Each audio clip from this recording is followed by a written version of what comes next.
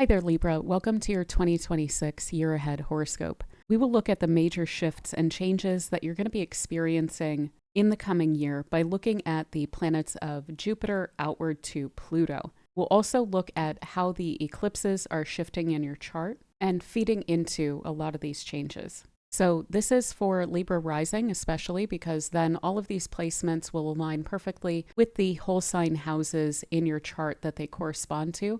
But you can definitely check this out for Libra sun as well. And this is a very special year, which you can see right here. We have this incredible alignment taking place this year, which is unlike anything that we've ever seen before, where we have all of the outer planets aligning in a supportive and reinforcing configuration to each other, where they're all at 4 degrees of their respective signs. So Pluto is at 4 degrees of Aquarius, Neptune at 4 degrees of Aries, Gemini at 4 degrees of Gemini, and Jupiter will also be at 4 degrees of Leo. And this is going to culminate around July of 2026.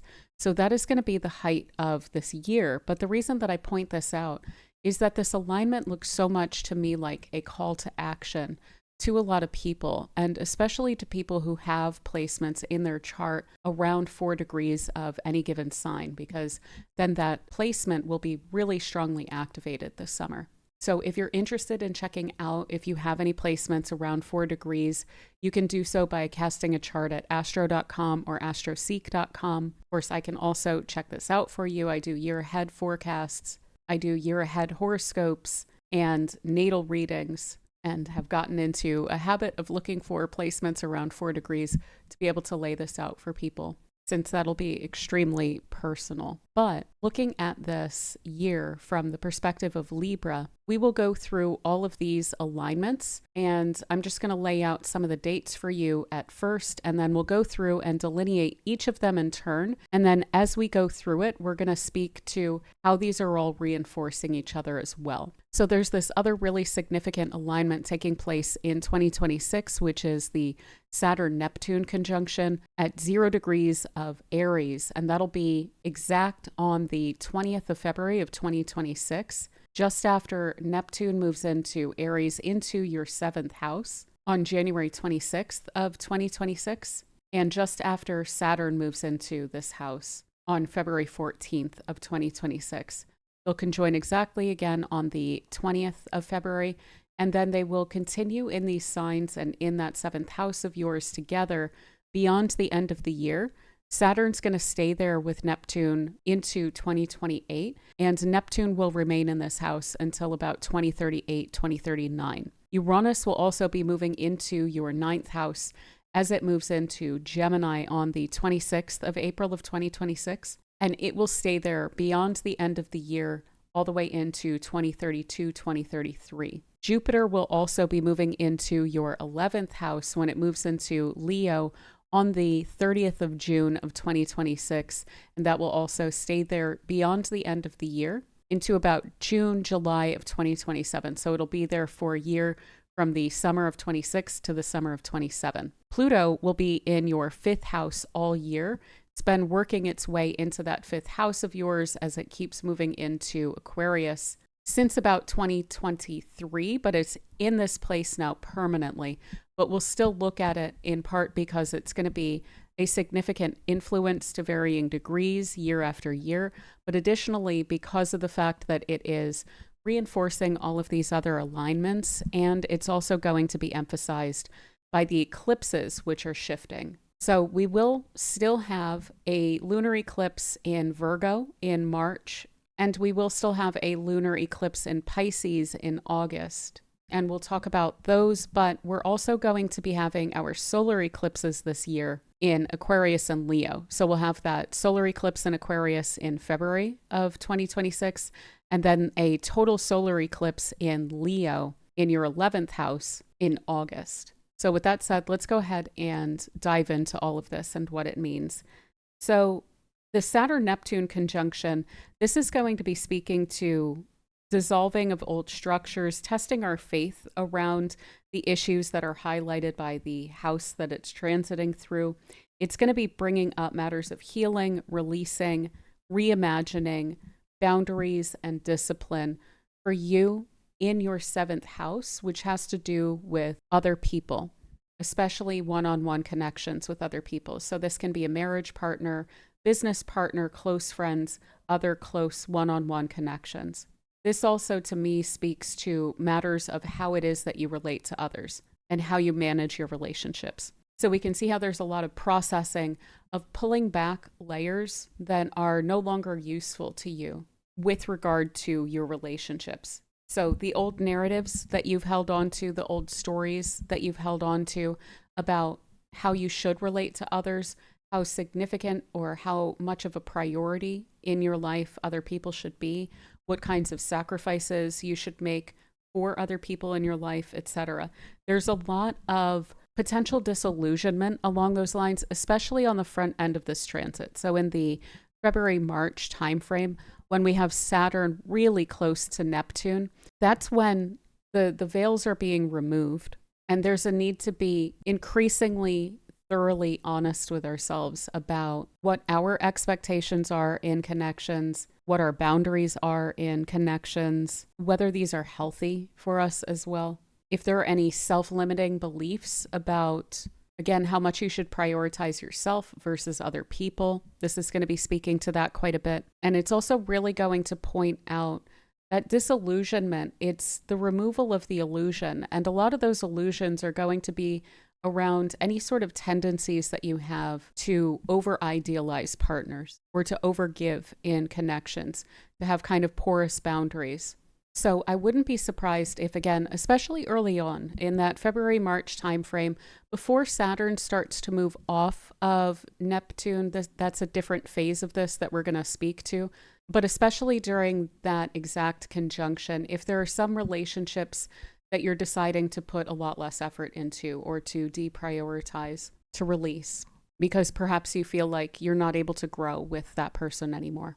Maybe you felt like you've held some people on pedestals and that's not how you want to approach your relationships anymore. So what's especially interesting about this conjunction in Aries or a Libra, in my view, is that Libra and Libra rising do have a tendency toward overgiving or connecting with people who don't quite give as much as they do. And part of the reason for that is the fact that Aries is out in the seventh house.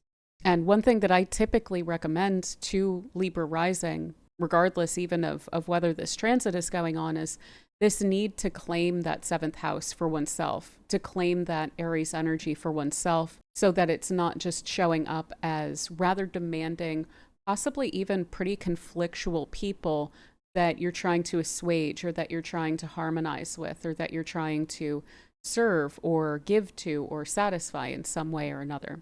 And that's really what this conjunction in your seventh house is going to be speaking to. So that need to be able to release any connections that are not really satisfying to you, that don't feel like there's an equal give and take. And then through that willingness to release and to heal, to establish those boundaries, then from that space, this being the next phase of that Neptune and Saturn there, as Saturn starts to move off, then you can lean into Neptune there. What is an ideal kind of a connection for you? What do you really want in your connections? How do you want for them to feel? How do you want for them to look? How do you want that balanced give and take to appear to you? How do you want it to be evidenced to you? What kind of respect are you looking for? What is it that you bring to the table when it comes to your relationships? Is that what you're wanting basically in turn? Or would you rather have someone who's able to provide something that's complementary, but maybe not quite the same? So what is it that you're wanting in your connections? What is an ideal partnership for you? And if you're married, this doesn't mean you have to get divorced and imagine a whole new relationship or anything like that.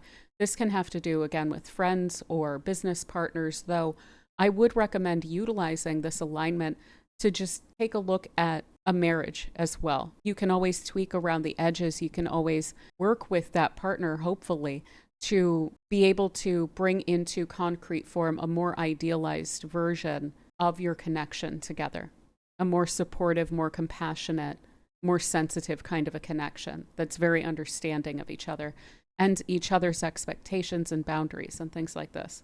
So, in turn, as you are able to reimagine the imagination, idealization aspect of that Neptune there, as you do romanticize your vision of what partnerships mean to you, again, this can also be business partnerships. How do you want for people to show up for you on that front? What kinds of clients do you want to be serving? What kinds of friends do you want to have?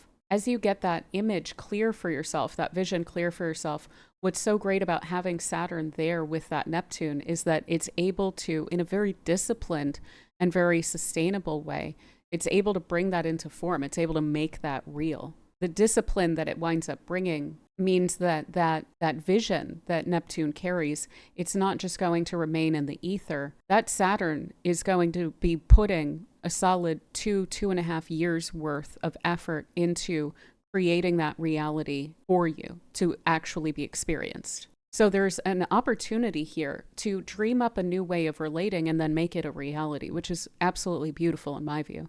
And I think it's wonderful and perfect that Libras get to have this kind of a transit, something that I've been preaching. I feel like Saturn and Neptune are going to be helping out with quite a bit. So again, releasing any sort of outdated belief systems, self-limiting beliefs when it comes to how you relate or what you're bringing to the table or what it is that you have to put up with, reality testing some of your connections with people, and discerning some illusion from truth. Yes, that may open you up to some disillusionment within some of your connections, but if that's the case, always better to know what it is that we're working with. And by knowing that and releasing what is not working for you, again, that's how you create the space for Neptune to dream something up and for Saturn to run with that and make that real.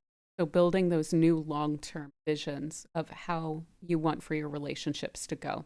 Again, this is going to make you very sensitive to the suffering of others. It will increase your level of compassion and social responsibility.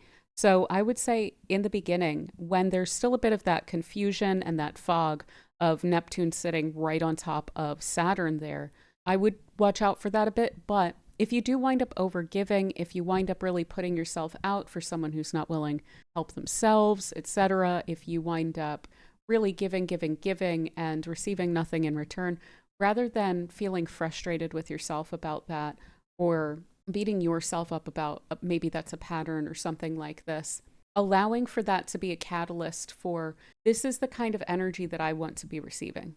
And so until I see some of that back, I'm going to take my time with connections. That's another thing with Saturn in this place, is it does recommend giving relationships time to develop.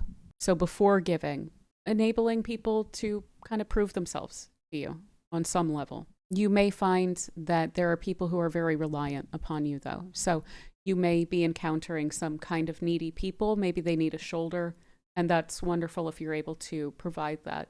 You may even find that in other people, again, especially as this transit starts to develop a bit further. People may actually come through for you as well. I do personally find that the Saturn-Neptune conjunction has some surprises up its sleeve about us receiving a little bit more help even than we're quite expecting. There's a big willingness to put in the work, to put in the effort with that alignment. There's not a lot of expectation of, and then things are just going to fall into place. But honestly, sometimes they do. And that's really wonderful as well, especially as a complement to continuing to put in the effort to this area. And part of the reason for that is that these are very serious placements, Neptune and Saturn. They do take things quite seriously. And they are also rather wise alignments as well.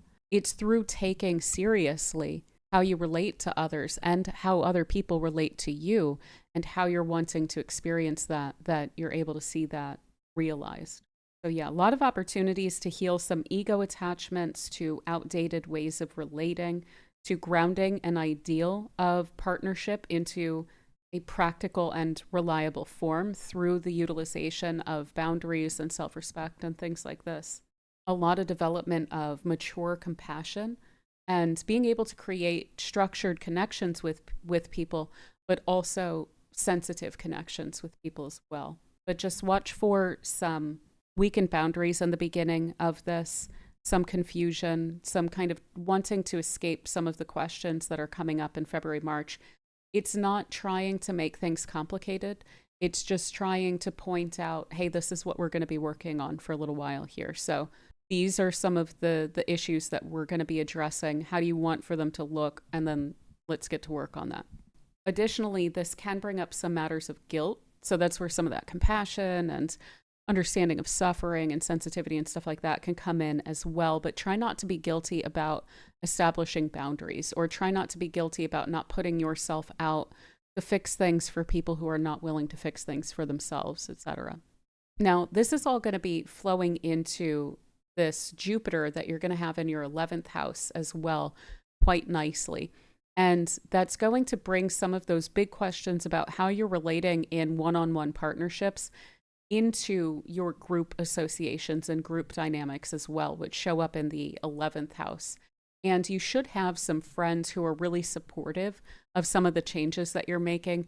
Maybe there's a group, maybe it's online, maybe it's in person or something like this, that is encouraging this kind of growth. Like maybe you are literally connecting with like-minded people who are also trying to establish healthier connections, or more like-minded or more sensitive or more considerate kinds of connections, or even more exciting connections. If this has been something that's been a bit of a drag, like in terms of your relationships with people and your social life, basically, if that's been kind of a drag recently, that alignment of Jupiter, especially Jupiter with Neptune, should be really wonderful to like blow that whole thing open, of new connections, really wonderful, idealistic, like bold, adventurous, fun connections that are really joyful and pleasurable as well. And then, yeah, again, as this Jupiter moves on, it'll also trine that Saturn, which again is going to help to shore up and to affirm some of those boundaries that you're establishing, and to help to make those sustainable and not just a one-off, oh, I'm going to have these boundaries, oh, I forgot, for a couple of years kind of a thing, Let's jump to Uranus first, though, because that's next in zodiacal order. It's going into Gemini here, and that's going to be moving into your 9th house. By the way, Libra, in my opinion, you guys have the coolest alignment. These are a lot of my favorite houses that are getting lit up for you guys. It's such wonderful energies that you're going to be dealing with. It's going to be really lightening things up. It should be quite cheerful. It should be quite expansive. Like, this is a really wonderful alignment that you guys are coming into for over a year. Even when Jupiter moves on, the placement of Pluto and Neptune and Uranus for years to come is going to be very cool. So yeah, that Uranus is moving into your 9th house on April 26th.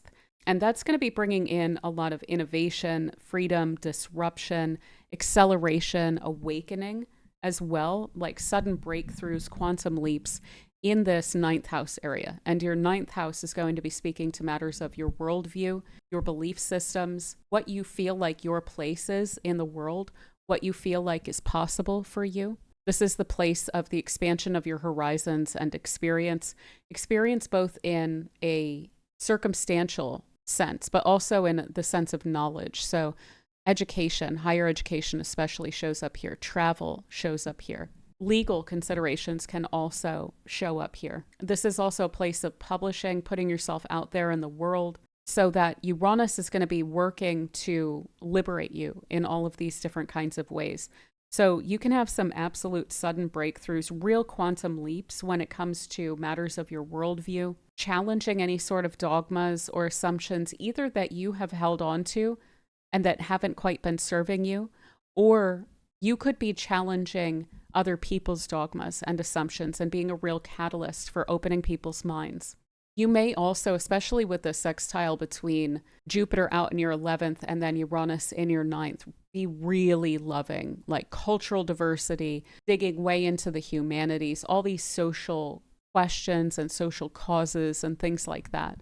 Connecting with people should be absolutely fascinating, and something that you're finding that you're able to expand in and grow through and learn from a lot. So your worldview, without a doubt, could change quite a bit. There's a lot of novelty, a lot of sudden insights that Uranus winds up bringing in. It can help to connect a bunch of different pieces as well. And so the world may seem just a lot more understandable with Uranus moving into this place, especially epiphany after epiphany, like increasingly understandable. But that may come with some shakeups, some little challenges, some pointing out of assumptions that you might be making, which may not be altogether true or altogether real or altogether helpful to you. So I would stay as open-minded as you possibly can for all of the 7 years that Uranus in Gemini is going to be in your ninth house. That's absolutely beginner's mind, and open mind is going to be the best approach here. So this is also going to have you really breaking from convention and reimagining systems, again, reimagining your belief system, liberating yourself through new perspectives. And that can be through just kind of opening yourself up. Maybe you are taking in all different kinds of media than usual. Maybe you are reading different kinds of books. Maybe you're experiencing different genres, things like that.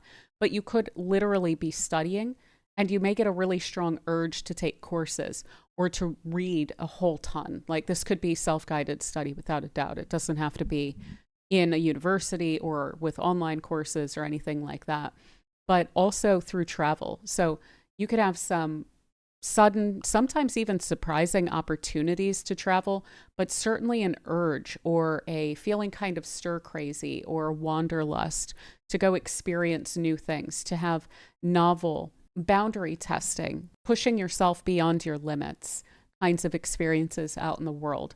So if this isn't going to a bunch of different countries, this is at the very least going way off the beaten path, trying out new places, meeting new kinds of people, having new conversations. And especially intellectual conversation should be super stimulating to you. There's going to be a lot of restlessness to your mind. You're going to want to learn kind of continually about all sorts of different things. There can also be some big revelations, shocks, some liberation from stagnation that Uranus brings. So again, a lot of that is going to be through just that hunger for experience and through seeking out information and mental stimulation and things like that.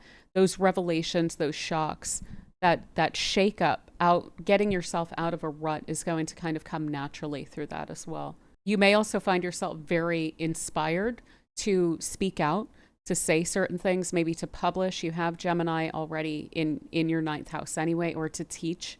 And you may find that there are some real genius moments that you kind of want to capitalize upon in that way and put out there into the world, because you could find yourself really inspiring others then through your ideas, through your knowledge, through your wisdom, through your experience and your ability to articulate your experience through teaching or writing or broadcasting, publishing in any format.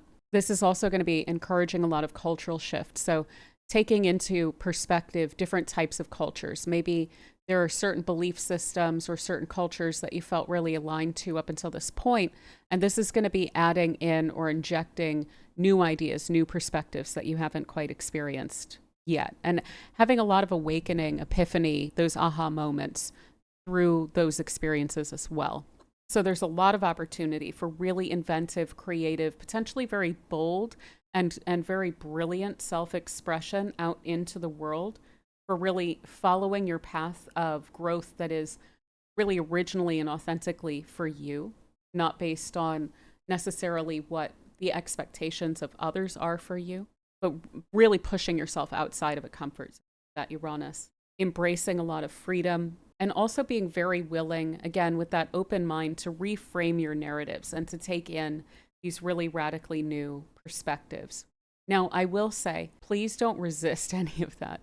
Try your best not to have a narrow mind about things, because if you do, that's where Uranus is very capable of functioning in Gemini in that ninth house there.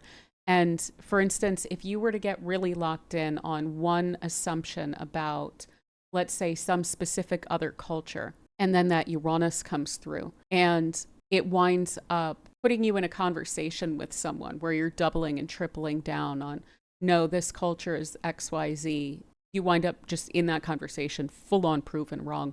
And there's that breakthrough moment, but through a rude awakening kind of a thing. Uranus will not pull its punches if it's having to punch because you're not releasing. You're not allowing for it to have the maneuverability that it needs. It's trying to free you up. It is a really wonderful gift, but there is a need to remain open to it as well. So some of the things to watch out for here is over restlessness or impulsiveness when it comes to, for instance, just booking a trip. and going on a trip. Make sure your itineraries are as clear as they can be. Having Gemini there should make that not the worst thing in the world. You should be able to like create checklists and things like this. But you may just be so inspired that you kind of up and decide tomorrow I'm going on a road trip or something like that. And you'll probably be able to find your way through all of that. But again, there may be a really strong impulsiveness when it comes to going places or experiencing new things. You may also have disruptions to your travel, just quite literally. And there's not a whole lot you can do about that other than maybe just trying to plan ahead a bit. Maybe give yourself another 15, 30 minutes than you usually would if you have to go to an airport or something like this. If you're doing long distance travel, just expect for there to be hiccups. Maybe somehow you forgot an oil change or something like this. And so you're having to like throw that into the middle of a trip or whatever. Additionally, making changes just for the sake of it, rebellion for its own sake, throwing out anyone's ideas, any frameworks, throwing out the entirety of every grand narrative. This is going to point out where the cracks are in any sort of grand narratives, but just because there's cracks doesn't mean that we need to throw the baby out with the bathwater. Try to take things on a case-by-case basis. Again, try to be as open-minded as you can, even about the things that feel like they're too narrow or too locked in. So as I said, that's also going to be playing into Jupiter in your 11th house. And this is a really lovely alignment. It's going to be spending the first half of the year in Cancer still. It's going to be wrapping up that transit through your 10th house, which is also quite lovely. It is exalted in Cancer. It's been helping you with regard to your life path, your direction, your future. It should have had you feeling quite supported, following that path for yourself, pushing yourself forward with your ambitions, with your aspirations, maybe with some leadership roles, or feeling like you're able to have a really good influence upon other people, like you're getting recognized. If you have a traditional career, this could have been encouraging a lot of growth within your career as well. And it will continue to do that for the first half of the year before it then moves into Leo, where Jupiter is going to start to lean more into a kind of courage, creativity, joyful, kind of playful energy in Leo. There's a lot of leadership qualities that winds up coming through with Jupiter and Leo as well, being able to show up really well. And in your 11th house, that is going to be speaking now to a different kind of aspiration. So what are your visions of your future? What kind of lifestyle do you want to lead? What kind of impact do you want to have? What kind of person do you want to be, especially socially speaking? And this also speaks to, again, all of those social groupings. So friends, benefactors, colleagues, social groups and organizations, clubs that you belong to. This can also, to me, speak to identity groups. So any identities that you identify with, any groups that you identify with. So it's a very visionary place. This is the house that Jupiter most loves to be in. It's referred to as the joy of Jupiter, the 11th house. And part of the reason for that is that it is a benefic house. It's where you're able to receive benefit from other people. And Jupiter is the greater benefic. So it is the planet of beneficence. So it reinforces that beneficent quality to the people and the groups of people that you're dealing with, not to mention the vision and the clarity around your goals. So it's an absolutely wonderful, beautiful alignment here. And it's flowing into all of these other alignments in really wonderful ways. Even the opposition to Pluto that we're going to talk to, it's really going to be spurring that on in a very cool way. So there is a big opportunity for like a personal glow up when it comes to your social influence as well, how people are taking you. You should feel like you're quite well understood and that you're able to boldly express yourself publicly. You should feel like you have a lot of confidence in your leadership abilities, in your ability to magnetize the right kinds of people to you. And this can have you really idealizing your social life, which is going to help eventually that Neptune with that vision of how is it that I want to be treated in my connections, and what is it that I want to offer to people and that I want to receive from people. It's going to be encouraging that kind of visioning and also opening doors and opportunities for that. So I will say it is the charisma, the radiance, the optimism, the enthusiasm that you're bringing to your social connections that taps you into all of this really beneficent energy that you're able to receive in this period of time. It also really encourages taking creative risks on like a public stage. So being boldly yourself, being adventurous with people, maybe going on some road trips or some plane trips or whatever with friends, saying yes to invitations, going and being social, opening yourself up in that way, showing up boldly. This can also speak to bringing a lot of energy of like generosity and big heartedness, being really willing and able to affirm others, possibly even to mentor others with the way that Jupiter and Uranus are showing up in your chart in this given time. So there's a huge amount of opportunity for growth in your social life. You may find that there's a proliferation of the people around you, the people that you consider friends. This could have you getting involved with or getting excited and enthusiastic about connecting with groups or clubs. So look for like-minded people, put yourself out there, go to things, say yes to invitations, go hang out, go to a concert, go to a bar, whatever, just connect with people because it's likely to be really beneficial to you in this coming year. And again, this is from the summer of 26 all the way through to the summer of 27. So you've got a full year of a lot of benefit here as well. This can also have you growing a sense of fandom as well. So for instance, if you are publishing, if you're a creative type and you're putting yourself out there, you could find that there's a lot of people coming on side and really supporting your work. A lot of allies coming on board, collaborators, people wanting to support what it is that you're doing and supporting your vision. This is also super supportive of leadership through friendship. So remember how I was saying it's through that positivity, it's through that generosity, that big heartedness, affirming others. So build up others. That's one thing that I think that we can sometimes overlook with Jupiter is that it's not just that it is a beneficent quality that is provided to us in this area of life.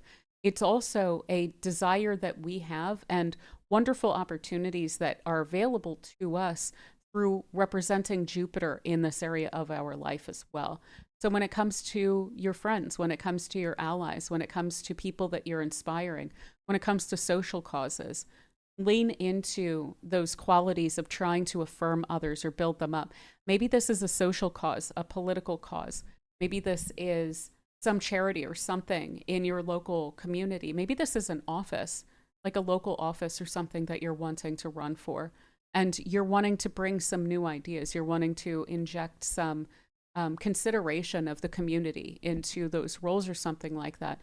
Really recommend following all of those things or taking on a leadership role in a club, group, or organization or something like that. Bring that warmth, bring that care, bring that big-heartedness to those roles. And you should be able to benefit just immensely from that. And that should feed that optimism and positivity back to you as well. Not to mention that confidence. Also a huge amount of opportunity beyond the social causes, also in creative causes. So the creative dynamics that Pluto is driving up as it's in your fifth house, which we're going to talk about in a moment here, that's the house of personal creative self-expression. That is tied directly into that Jupiter up in the 11th, where you can build some appreciation out in the world or some influence. You're able to inspire other people with your creative impulses as well, with your creative outlets. So not just engaging in that creativity, but then putting it out there as well. Maybe you're wanting to get involved in creative groups. I would also really recommend that quite a bit. Leo is a very creative sign. It's also really good with any sort of performance. It can go a bit big or over the top with the performative aspect, but you can use that ability to perform or that ability to inspire to hold up a collective vision in a really wonderful way as well. And even through your creativity, just putting yourself out there, you can lead by example for other people as well. So a huge amount of opportunity for strengthening your self-belief on the social level, as well as your ability to show up as like authentically yourself, to not need to fit into boxes, to be really boldly self-expressive as well. Filling leadership roles with a lot of warmth and inspiration, expanding a lot of joy and creativity and playfulness when it comes to your friendships and connections and stuff like that as well. But the downside to this is around drama, mostly. And that can totally crop up with this opposition here. and that's going to be reinforced by some of the by both of the solar eclipses, is where it is that you feel like there are social expectations for how you express yourself, or that you feel like, okay, I'm finally moving beyond these things and I'm just boldly expressing myself and I'm loving it and I'm connecting with people and there's a lot of appreciation. That can be really triggering to some people. So you may find that you are receiving some of people's shadow here and there, and try not to let that get you down, but also try not to overcompensate for that or to prove them wrong or things like that. Try to step back from any sort of drama that shows up in friendship groups or any sort of power dynamics, he said, she said kinds of stuff, these popularity contests in those group dynamics. And again, that kind of performative idealism. Don't just act optimistic. Don't just act generous, but truly lean into that energy that is genuinely yours. So pull that energy up rather than manufacturing it.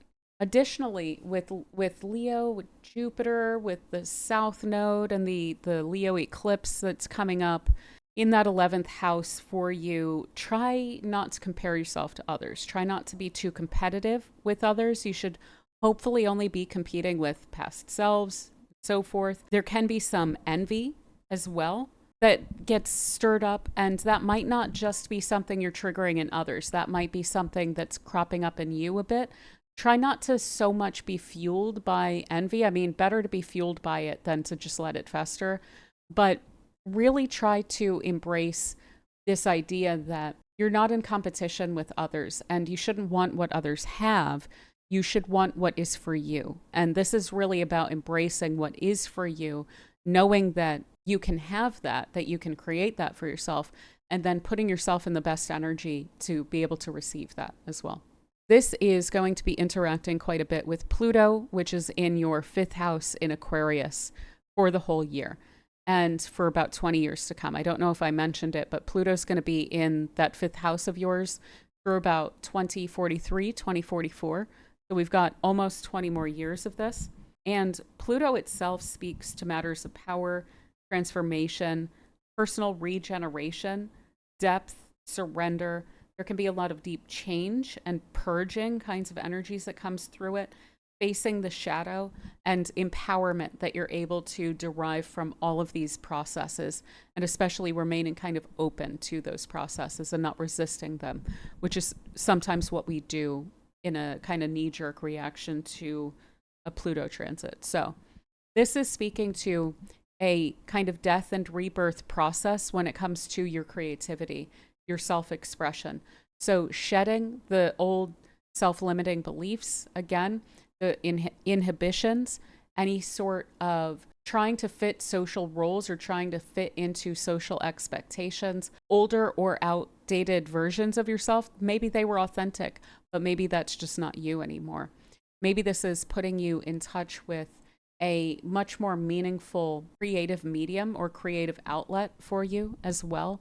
Or it is putting you in touch with some interests and hobbies and activities and pleasures that are reaching you and inspiring you on a much deeper, much more authentic level than you've quite experienced up until this point. So maybe this is discovering like a genre that you never really heard about, that you never really experienced before, or a hobby or something like that that you haven't experienced before, but which is just absolutely amazing. So with Pluto anywhere in your chart, it's going to bring up some encounters with power and control dynamics. Again, like I was saying, if you are being truly yourself, that could be kind of triggering to some people. And some that have known you for some time, maybe even have known you since childhood, because the 5th house, I'm not sure actually that I even really mentioned this. It's your creative expression. It's your playfulness. It's your pleasure. It's your joy. It's what you do just because you like to do it. It's your interests, but it's also children. So your own children, the children around you, but also your inner child and your childlike nature, your playfulness. So maybe there are some people that you've known since childhood, and they have known you to have certain interests or hobbies or creative outlets, or to express yourself in specific kinds of ways. And maybe you're doing that differently now. And that can be kind of triggering for them. And they think that you should be your old self or whatever it is. And you may encounter some experiences with them, some maybe power dynamics. Maybe this is parents that you're needing to kind of grapple with, or even your own children who think that you should just be in a parental role and not go and enjoy life's pleasures for your own sake, right? So there may be some people who do try and kind of stand in your way, some little tests about if people take issue with it, will you still truly be yourself? Will you still truly pursue your pleasures? Hopefully the answer to that, and the key to this, the trick here, is it should be a yes. You should be willing to face down any sort of those fears or power dynamics and things like that. Another thing with this is that it's going to be working on subconscious drives and desires as well. And when it's in that fifth house, the fifth house itself has to do with your desires and what's truly inspiring to you, what you really feel like you connect with beyond any sort of ability to rationalize it. So this can be connecting so powerfully with the things that you really enjoy, the true desires of your heart. And what's cool about this is that that may be an inspiration that you're able to turn into an aspiration with the opposition to Jupiter up in your 11th house of hopes, dreams, and aspirations. And that you're also able to work with the eclipses now moving into these houses and reinforcing a lot of this. So you may be able to work with the muse in a much more kind of public way and put yourself out there as someone that is creatively inspired, or that has a lot of at least creatively inspired ideas. So yeah, with this, there's also this really intense purification and renewal that you wind up experiencing when it comes to your interests, your loves, your passions, your joys, your activities. And this is really about embracing what's true to you. Again, this is not trying to fit into a scene or something. This isn't golfing because you are a professional and your colleagues go golfing and that's where the business is done or whatever. I don't know. I'm not in that whole scene, so I don't really know how that goes, but it's how it seems when I look at it in movies. Things like that. So not trying to like fit in with a group and do the interests and activities that fit that role, but rather really embracing what truly interests you. That might be quite quirky. And it may take some self-empowerment and some confidence to own that publicly. But if you don't want to, you also don't really have to either. You can just enjoy what you enjoy on your own time. Well, if that's what's more comfortable for you. But ultimately, there's a lot of opportunities here around claiming inner power and autonomy over your interests and over your heart, your passions. This also encourages a lot of emotional honesty and really deep healing, especially around your sense of why you're here, your purpose, what really lights you up. And I will say, if you have children, this is also speaking to, they may be going through really fundamental transformations of their own. Maybe they are hitting certain ages or development levels where they are kind of becoming more autonomous individuals, you know. They may really be coming into their own. And so there's the transformation of your role. There's also the transformation of them. And there's the transformation of your relationship together as well.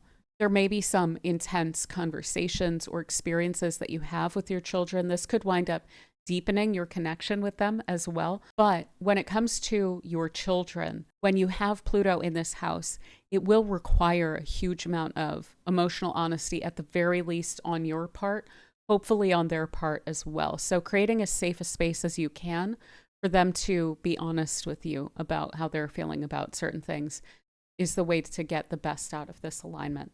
And when it comes to your children, if there are other children around you, if you are a teacher or an aunt or an uncle or whatever it is, this can also have you being very influential upon children. And so that big-hearted Jupiter and Leo out in the 11th house, that's going to connect into this really wonderfully, where you're setting a really wonderful example for any young people who may be looking to you. You may be really encouraging young people around you to be themselves. You may also be speaking to them about things like self-acceptance and shadow work and social expectations and social pressures and things like that, and really encouraging them, again, to be themselves. So on the shadow side of this, there can be an obsessive quality to pleasure-seeking activities. So try not to overdo it. Try not to overindulge. I would also say, I was telling you, hey, go to bars, go hang out with people. Maybe try not to overindulge in that way. I mean, like with substances and things like that. Try not to allow for social pressure to have you overindulge in certain things. There's a real willingness to give in to pleasures, basically, with these alignments. So that is something to keep in mind. Also, any sort of those power struggles, ego-based power struggles, especially when you're coming into your own and you're still sorting out, where are the boundaries around me? What do I give in relationships? What do I really love? How do I really embrace myself authentically and honestly? There can be that kind of overcompensation when we feel like someone's kind of encroaching. And so try not to have those kinds of ego attachments wind up springing up in response to those things. But otherwise, there should be a huge amount of willpower that you're able to channel into aspects of your life that you really love and that are really worth cultivating. So that's so wonderful. And you've got a long, long time of that Pluto emphasizing and encouraging you to lean into your passion. But just remembering in this period of time, especially with Jupiter up in the 11th house and with the eclipses, the way that they are taking place here, remembering that your own self-empowerment is going to come from honest, authentic expression and not seeking external approval here. So just to reinforce the heck out of that right away, that's what these solar eclipses are going to be speaking to. I'm going to come back and talk about the lunar eclipses, which will be accompanying these. But we have the North Node is moving from, it always moves retrograde. It's moving from Pisces backward into Aquarius in 2026. The South Node is going to be moving from Virgo into Leo in 2026 because they're always attached to each other. They're always at opposite points. And the North Node side of that equation, of that axis, is usually what we want to lean into. It's where there's a lot of opportunity for growth and for expansion and for new experiences that are able to help us to evolve through this lifetime.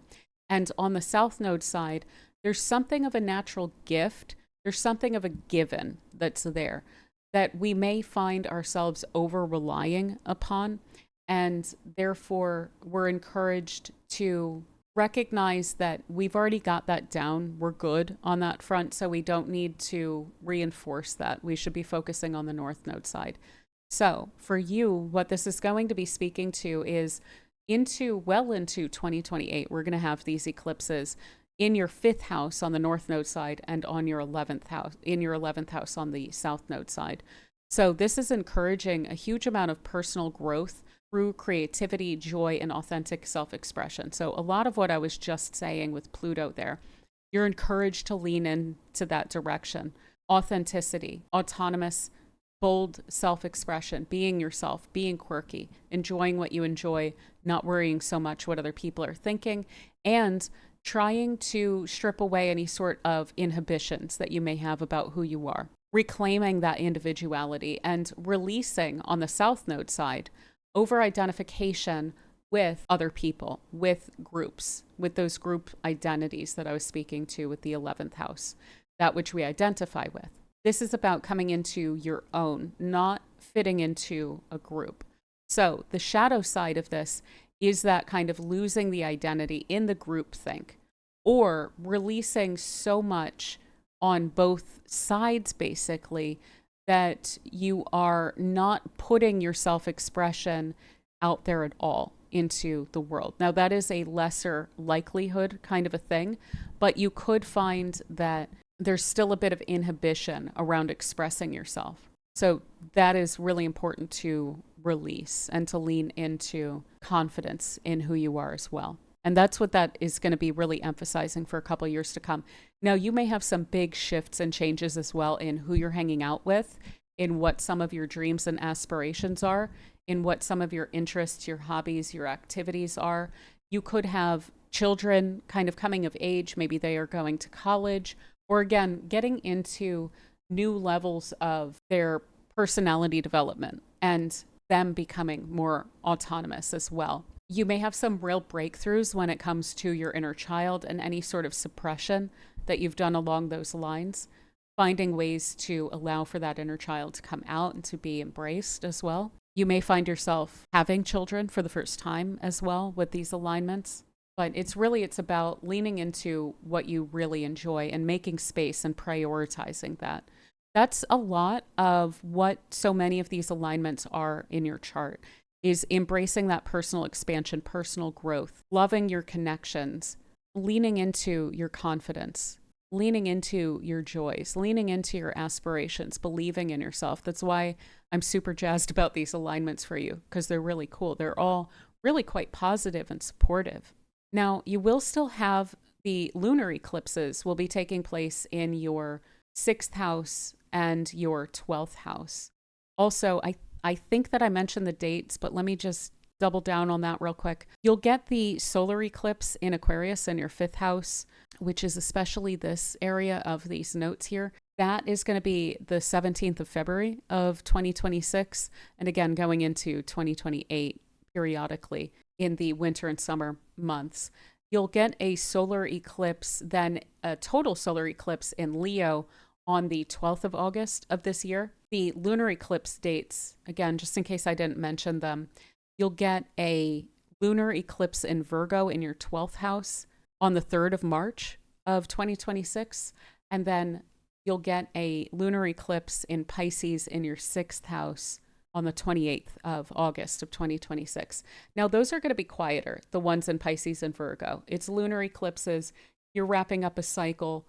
These are the last ones, basically, of Pisces and Virgo, pretty much, that we're going to be dealing with. So this is going to be speaking to matters of health and healing and service, spirituality. So we can see how a lot of that can be speaking to, especially because the eclipses that you've had in Pisces so far, those have been along with Saturn and Neptune in that 6th house.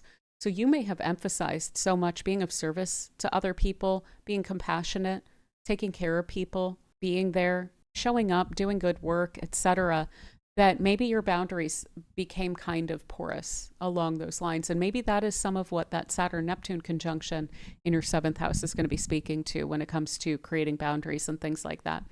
If you've had any like health shifts or major routine shifts, so this could be big shifts with regard to your mundane working life, your routines, your activities, things like that, that have been building up on that 6th house side recently. And then additionally in the 12th house side, some shadow aspects of yourself, that which is going on in your subconscious, suddenly seeping through and being put really in touch with that. Maybe you have noticed the quote veil getting thin. Maybe that's something you didn't quite notice before the 2024-2025 period of time that we've had some eclipses up in your 12th house, because that should feel like, okay, the veil is very thin. There's something that is trying to support emotional and spiritual and possibly even karmic healing for me. And those would have been some of the themes that would have been coming up in that 12th house as well. But yeah, so we're shifting out of that. It's just going to kind of put a bit of punctuation, at the end of that whole series there and lean you much more into these overt, creative, expressive energies of the eclipses as they're moving into your 5th house and your 11th. But yeah, I think that is a lot of what I have for you here. So I really hope that this was helpful to you. And if it was, and you don't mind giving the video a like or hype, I would really greatly appreciate that. It helps to spread the video around, helps the channel to grow. And again, if you would like a personalized year ahead reading tailored to your entire natal chart and placements, I do offer that at Sociastrology.com. And there's information in the description box below for memberships, where we do lectures each month on astrological topics. I also do weekly forecasts there. So if you'd like to look at those perks and things, again, information to join is in the description box below. And do consider sticking around by subscribing. We tend to look at the most significant alignments that are relevant week by week, and we will evaluate those transit alignments from a global geopolitical perspective, from a collective energy perspective, and then also from a personal perspective, taking it through the houses like I've done here. So if that is of interest to you, Definitely feel free to stick around. I would love to have you here for future videos. And I hope you have an absolutely beautiful 2026. Thank you so much for spending this time with me.